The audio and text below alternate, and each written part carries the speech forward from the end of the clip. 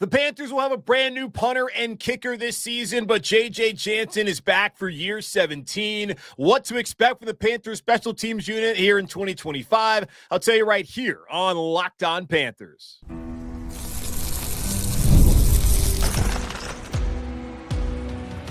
You are Locked On Panthers, your daily Carolina Panthers podcast. Part of the Locked On Podcast Network, your team every day. Welcome into another edition of the Locked On Panthers podcast, a part of the Locked On Podcast Network. I'm your host, as always, Julian Council, talking Carolina Panthers with you every Monday, Tuesday, Wednesday, Thursday, and yes, of course, Friday, your team every day. That's our motto here on the Locked On Podcast Network. Thanks for watching the show right here on YouTube and listening wherever you listen to your favorite podcast. Be sure to follow me, Julian Council, over on Twitter and Blue Sky at Julian Council, where the mailbag is still not back, but you can always at me over on Blue Sky or at me or DM me over on Twitter at Julian Council. If any questions you have throughout training camp of course, your Carolina Panthers. Today's episode of Locked On Panthers brought to you by Game Time. Download the Game Time app, create an account, and use code LOCKEDONNFL for $20 off your first purchase.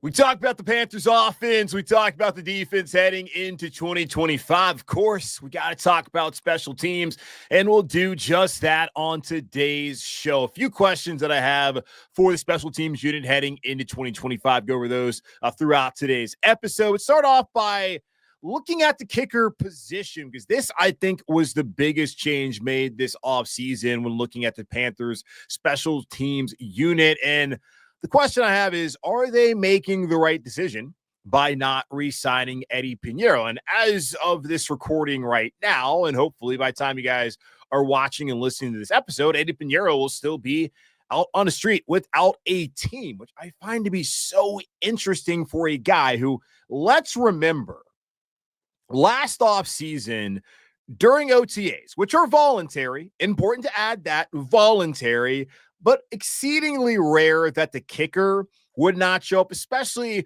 during an offseason where the kickoff rule completely changed. And the time that you would want to work on that, aside from during training camp, I would think would be during the voluntary offseason portion in the third phase of OTAs. And the Panthers were able to do that when they had the thicker kicker, Harrison Mevis, around, but they did not have their experienced kicker, who was strangely absent. And we found out once Eddy returned for mandatory minicamp that he was not around because he feels like he wanted some money. He didn't want to say that, but it was pretty obvious for a guy who wasn't one of the highest paid kickers, but yet came back and was touting how he was one of the most accurate kickers in the history of the NFL. And matter of fact, looking at the list right now, he's only behind Justin Tucker and Harrison Butker with an 88.095% made field goals in his career in the NFL. So he did bring up a good point in this past year. I thought he was overall fine. 22 of 26 from field goal range, 33 of 35 from extra points. That's 94% there, 84% field goal range. So not the best, below his average throughout his career, but did not necessarily, for Eddy, put him on the path towards getting another new deal in Carolina when you decide, I'm not going to show up for the voluntary portion of the offseason during what would be a critical offseason for special teams in terms of the kickoff rule having changed. I'm not saying the Panthers were being vindictive. I just think it gave another reason to not want to spend the kind of money that a guy like Pineiro would be asking for. And it's not a lot. You look at just the percentage of what the salary cap a kicker takes up for the guys who get paid a lot. Like, look at Kyrie Fairbairn down there in Texas with the Houston Texans. 1.7%, 2.3, and 2.1%.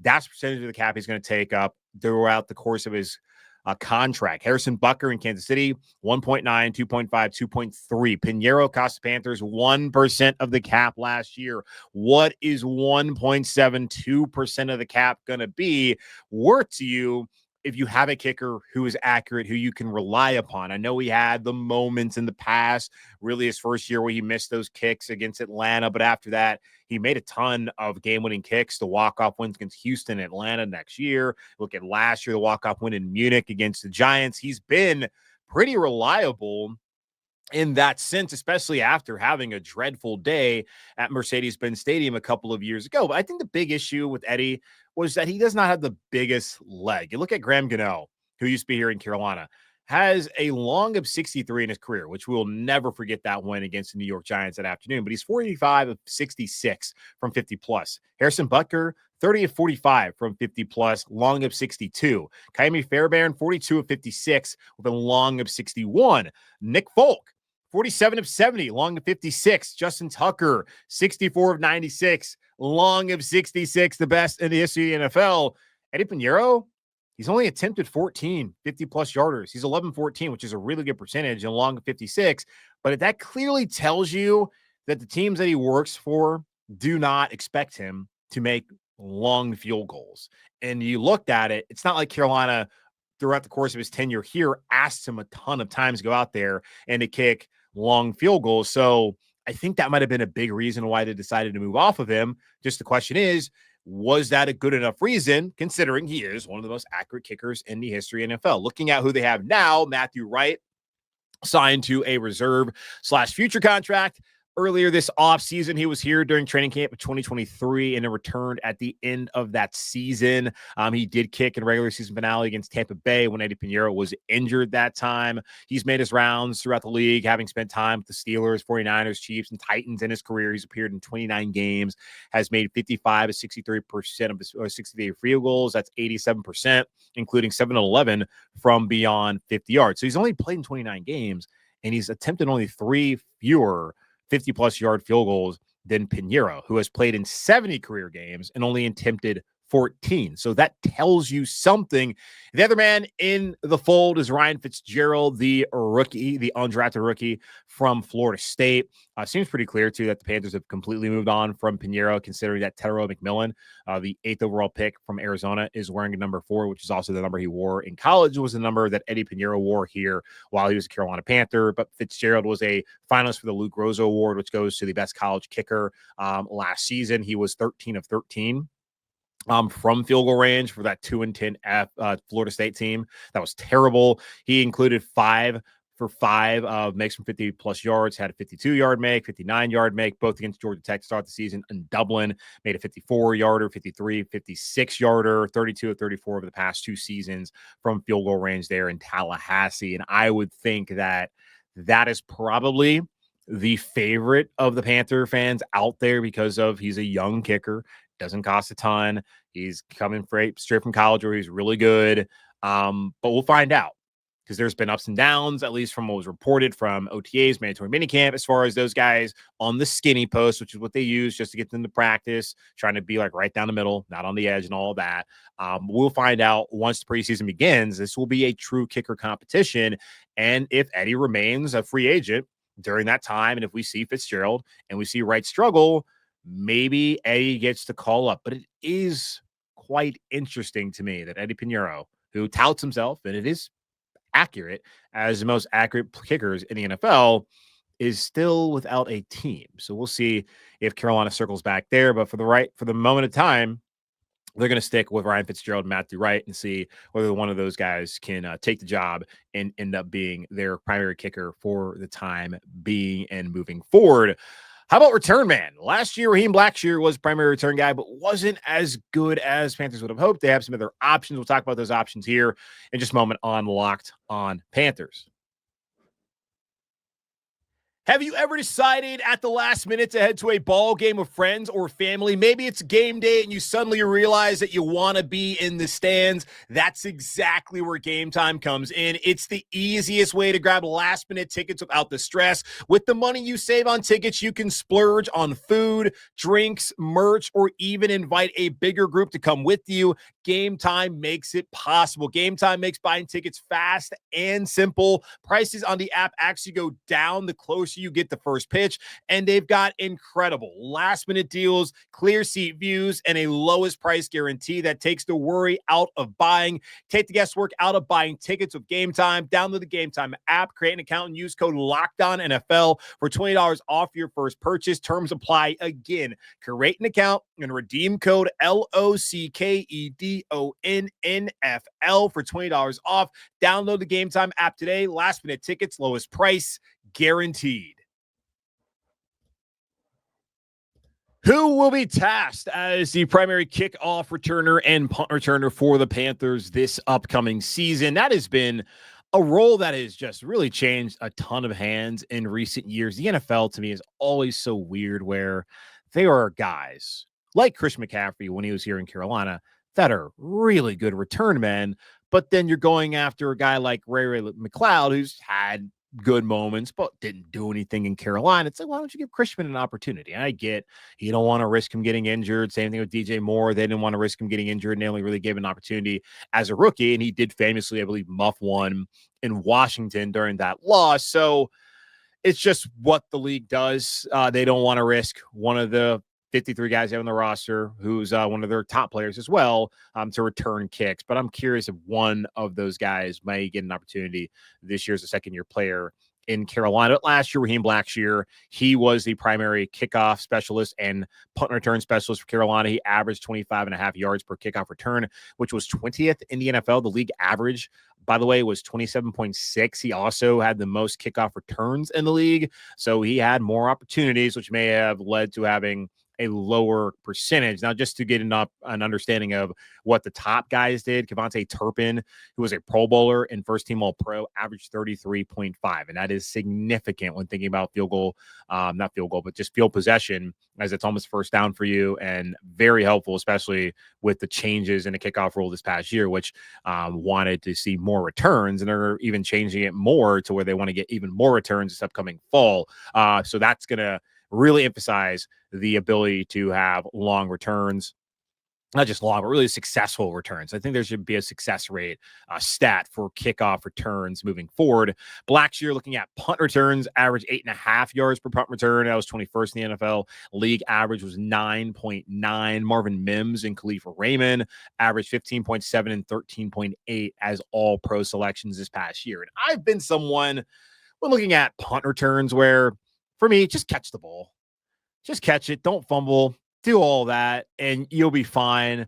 Where kickoff returns, especially the rule change, yeah, you need somebody who's going to return it and be able to get you some yards, get you good starting field position. Where punt return, just hold on to the football has really been what I've focused on. But clearly, Blackshear was below the league average last year, not nearly close to what the top guys were able to do. You look at PFF, he had a 56.0 return grade last season. That ranked 173rd out of 212 guys who returned a single kick last year. His kickoff return grade was 54.3, which was 163rd out of 187 guys who returned a single kick last season. Punt return grade better, had a 62.8. That was 45th out of 85 guys who returned a single punt last season. So it seems to me that Carolina could get better with their kickoff return and punt return game this year as far as who the guy doing that is. And they sought out this offseason to bring in other options. They drafted Jimmy Horn Jr.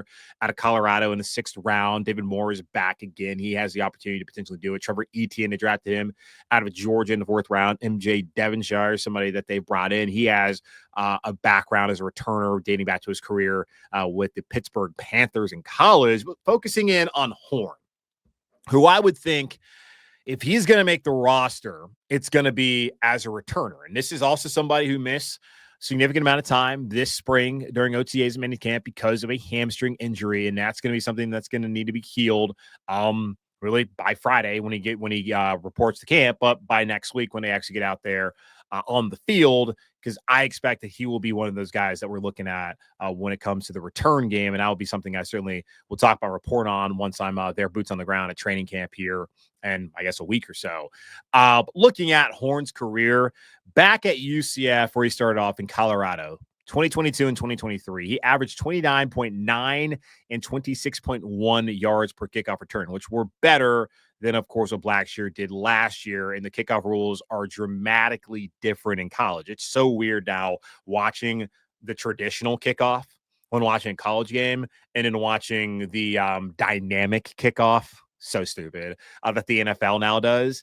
So if you can return in college really well, I think that should probably translate to the NFL. So those are good numbers. Overall in his career, he only averaged 21.7. Again, completely different kickoff rules down there in college. Punt return, he averaged 10.3 yards per return a season ago, which is a lot better than Blackshear, and the rules there are the same when returning punts. So I think for him to make the roster, and if they're keeping 7 receivers, he's probably going to be a part of that 7.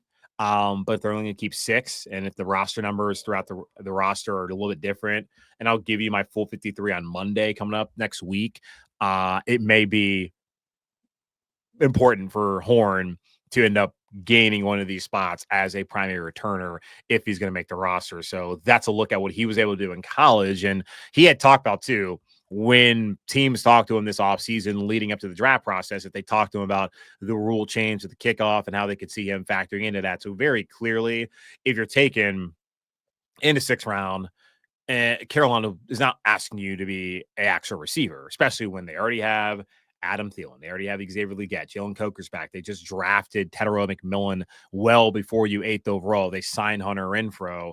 They brought back David Moore. Your role right now ain't to catch footballs. If anything, it's to catch it and return it, not to be running routes and being a part of the offensive structure. Would be nice to find a way to utilize his speed, but there's other guys who have speed out there on that roster as well in the receiver room, like Legette. This is going to be Jimmy Horn's pathway to the roster, in my opinion. Trevor Etienne, another one who I think for Blackshear, this is probably his chief competitor if he's going to be on the team this season. The Panthers invested a 4th-round pick in Trevor Etienne. They clearly see value in him moving forward. So it's going to be Chuba. It's going to be Rico. Jonathan Brooks is out for the season on PUP with that ACL tear recovery. If they're going to keep a 3rd running back, they're going to, but like they're clearly going to keep Trevor Etienne. So Blackshear, if he wants to stick around and be a 4th guy, is going to have to beat out Etienne as a return man.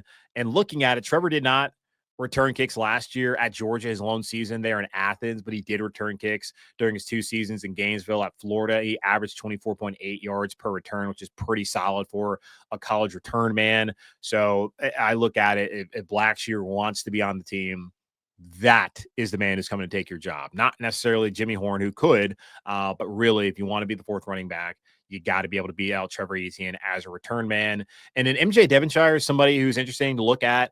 I don't look at him as being someone who's going to really play corner for them. He's only in his 2nd year, didn't get to play really last year.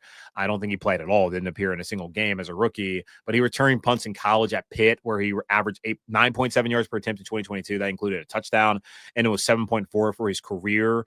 So that would be the role I think Carolina's going to allow him to play. And again, we'll have to wait and see during training camp who they have out there. And then Jacoby George returned punts early on in his college career, then did not do so last year, only had 5 the year prior. Doesn't have the best speeds. I don't think he's going to be someone, but again, maybe an option and maybe the best path for him to make the roster, as again, it is a loaded wide receiver core. One big question I do have when looking at who potentially will return kicks is, will Xavier Legette get a chance this season? He only returned 4 kickoffs and averaged 25.5 yards per kickoff return, which was better than what Blackshear did, albeit smaller sample size compared to a guy who returned the most kickoffs last year in the NFL. But as I mentioned at the top, teams don't like to risk their better players. And Legette, though, still young, only a 2nd-year guy. There is good depth there. Yes, he's going to be one of your top 3, so you don't want to necessarily put him in a position where he's expendable, I suppose, if that's how you want to put it. But he has speed, and he was a good returner in college. That was a big reason why they took him, what he clocked at when he returned that kickoff against Mississippi State. So maybe as a 2nd-year player, he gets another opportunity, I would think, moving forward as a 3rd-year player, especially when Thielen's gone. And then even after that he probably would no longer be someone they asked to do that. But maybe they asked him to do it, especially with the kickoff rules having changed and just not having to really worry about kind of that full speed, cat on a swivel kind of situation it used to be. So will Legette get a chance? We will see. JJ Jansen is back for a 17th season, and the Panthers have also made plenty of changes to some of their core special teamers. And did they upgrade at punter? We'll talk about that here in just a moment on Locked On Panthers. JJ Jansen is back for another year here in Carolina, his 17th season as a Panther. Jansen has been with the Panthers since 2009. I was in high school back then and has played in more games than any player in franchise history. He broke the Panthers record held by John Casey, and we will always try to forget what happened on that February Sunday back in 2004. But he broke that record that was held by John Casey back in December 2022. His mark of 260 games played is also 41st all time in league history. And you could get the 27th all time if he plays in every single game this year to get to 277. And of course, the hope is that he can get to 280 or 281, however long it takes for Carolina to get to the Super Bowl here in 2025. And we already know that whenever J-Lo gets a divorce and Ohio State wins a national championship in football the previous fall, and the Panthers start off playing against Jacksonville, the Panthers go to the Super Bowl. So looks like JJ Jansen, you're going to get the 280, maybe 281 games played this upcoming season. So good to have him back as the battery. Other than that has changed. Pineiro no longer here. Johnny Hecker also no longer here. A couple of special teams aces who are no longer around. Felipe Franks, he has departed. David Moore's back. Mike Boone is gone. Cam Gill's gone. Nick Scott back in a special teams role. Sam Franklin Jr. in Denver. Lonnie Johnson Jr., he's also departed. Devin Tompkins, he's no longer here. Raheem Blackshear here again. Bayless Jones Jr. is gone. And then Dan Jusena is here to stick around as a core special teamer. But the other big change that was made was that punter, like I mentioned momentarily or briefly before.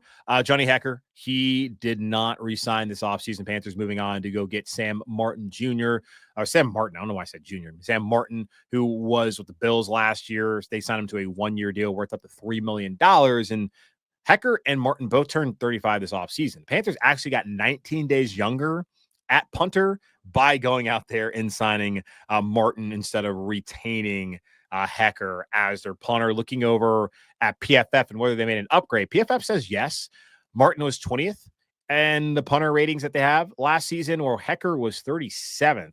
Looking at just some of the punting stats, yards per punt, Hecker 45.7 compared to Martin, who was at 47.0. Both of those guys were below the league average, 47.6. Net yards per attempt or per punt, Hecker was better than Martin at 42.5. Martin at 40.5. League average was 41.4. Touchback percentage, Hecker 4.1. Martin 9.3. League average 7.6. Punts down inside the 20, Hecker 24. Martin 30. Inside the 20 percentage, Hecker 32.9. Martin 46.3. League average 41.6. I think if anything, it's the punts down inside the 20 that led Carolina to make this change. And even just, it looks like Martin has a bigger leg at this point in time with the 47 yards per punt. That's not net yards because that's really on the guys getting down the field and making a tackle more so than it is on the punter. And their hang times were pretty similar. Martin's hang time was actually a better one than Hecker, whose was one of the worst in the NFL last season. So I think really this is a 1 year kind of deal with Sam Martin as the punter. They want to get a veteran punter.